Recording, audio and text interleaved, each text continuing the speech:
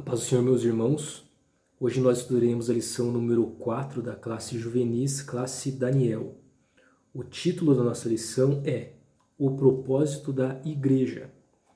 O nosso texto bíblico encontra-se em Colossenses capítulo 3, versículo 17, que diz assim: E quando fizerdes por palavras ou por obras, fazei tudo em nome do Senhor Jesus, dando por ele graças a Deus Pai.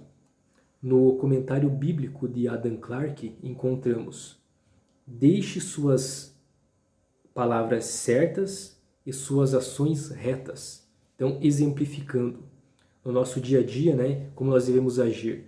O nosso maior exemplo é Jesus Cristo.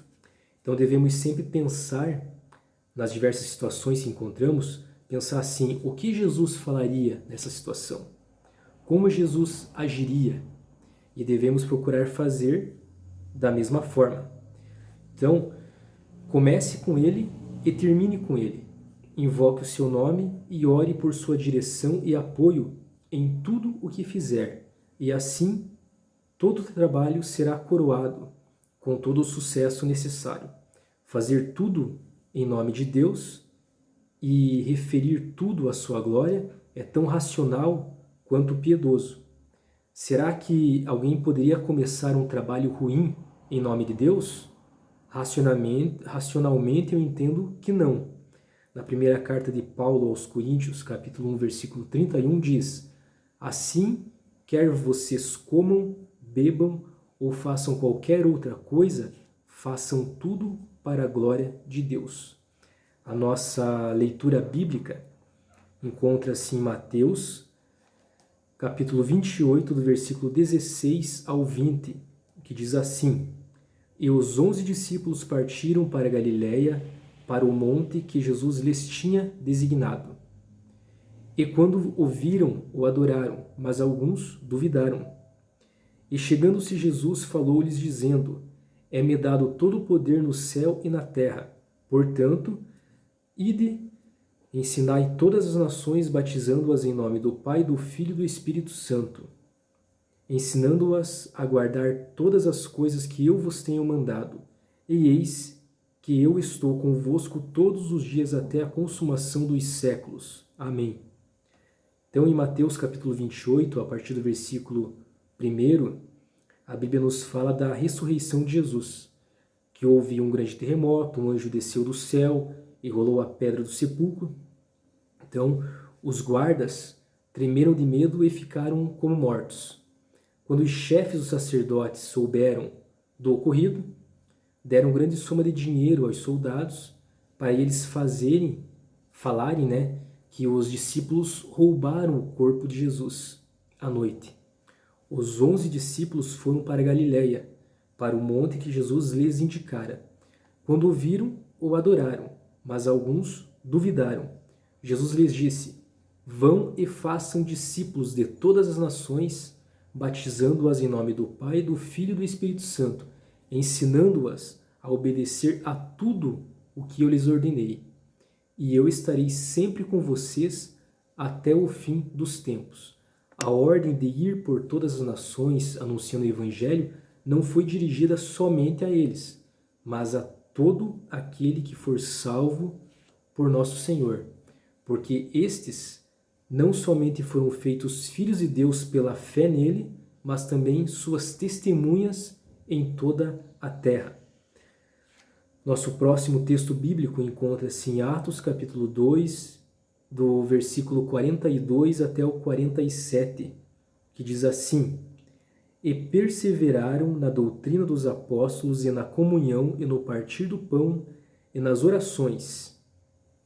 Em cada alma havia temor, e muitas maravilhas e sinais se faziam pelos apóstolos.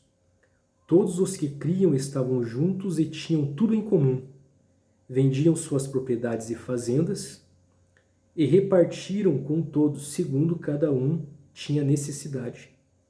E perseverando unânimes todos os dias no templo e partindo o pão em casa, comiam juntos com alegria e singeleza de coração, louvando a Deus e caindo na graça de todo o povo. E todos os dias acrescentava o Senhor à igreja aqueles que se haviam de salvar. Aqui fala sobre a igreja primitiva. Eles perseveravam na doutrina dos apóstolos. Os apóstolos conviveram com Jesus em seu ministério. Foram alunos, receberam instruções diariamente de Jesus. Então tinham muito a transmitir, a ensinar. Viviam em comunhão, igreja reunida no mesmo propósito. Então eles eram alegres e sinceros de coração, e todos os dias o Senhor acrescentava à igreja aqueles que se haviam de salvar. O nosso primeiro objetivo da lição é destacar a pregação do Evangelho como missão primordial da igreja.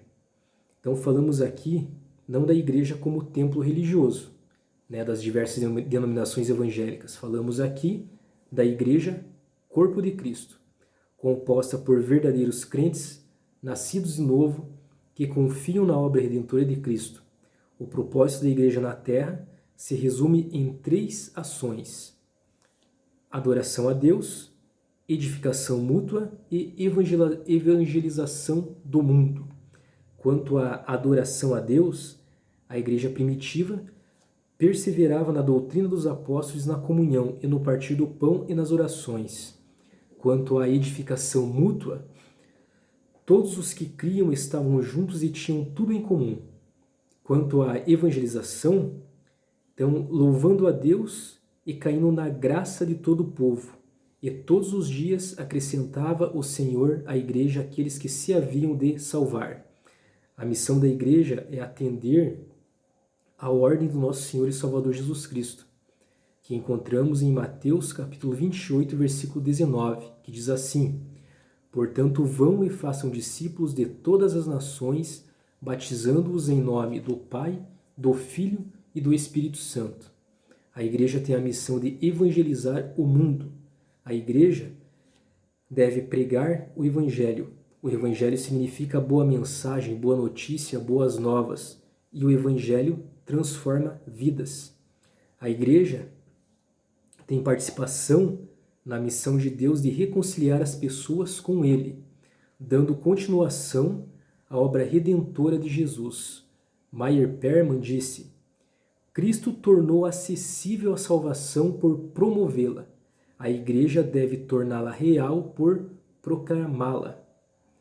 Os crentes salvos em Cristo devem realizar o trabalho evangelístico, serem testemunhas de Cristo, cientes de que a evangelização é também um ministério de misericórdia e amor ao próximo.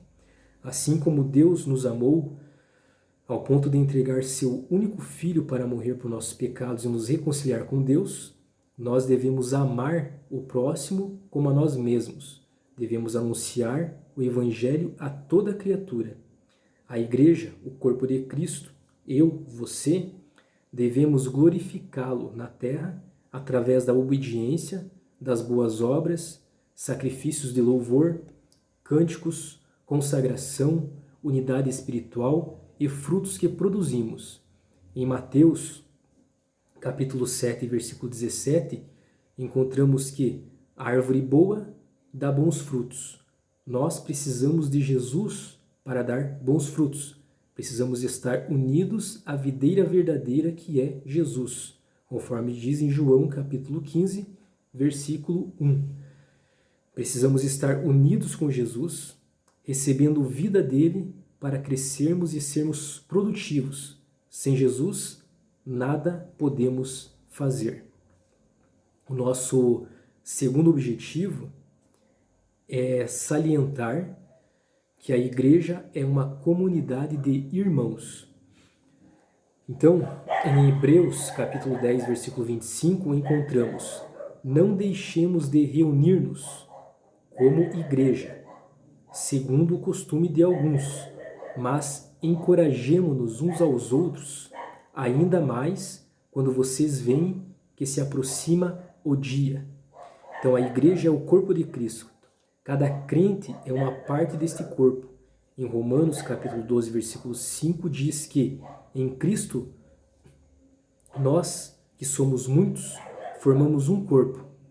e que cada membro está ligado a todos os outros. Então, desta forma, os salvos, eu, você, estamos unidos a toda a igreja. Nenhum membro do corpo pode subsistir sozinho. Vejamos o que diz na primeira carta de Paulo aos Coríntios, capítulo 12, versículo 21 e 22. Diz assim: o olho não pode dizer à mão, não preciso de você. Nem a cabeça pode dizer aos pés, não preciso de você. Pelo contrário, os membros do corpo que parecem mais fracos são indispensáveis. Então fomos chamados para servir a Deus, para vivermos em comunhão com Ele por intermédio de Cristo. Encontramos em Romanos capítulo 8, versículo 16 e 17, que o próprio Espírito testemunha ao nosso espírito que somos filhos de Deus. Somos filhos de Deus e assim devemos nos portar, permitindo que o nosso caráter seja moldado à semelhança do de Cristo. Como verdadeiros servos do Senhor, dediquemos nossa vida ao ministério e a testemunhar de Jesus Cristo, para que assim possamos viver em comunhão. A Igreja de Cristo é conhecida também como uma família. Somos membros da família de Deus, conforme Efésios capítulo 2, versículo 19. Por isso, não podemos viver isoladamente. É necessário cuidarmos uns dos outros com devoção, com paixão e com amor, assim como somos amados pelo nosso Senhor. O nosso terceiro objetivo é ratificar que a Igreja, Corpo de Cristo, é uma comunidade de adoradores.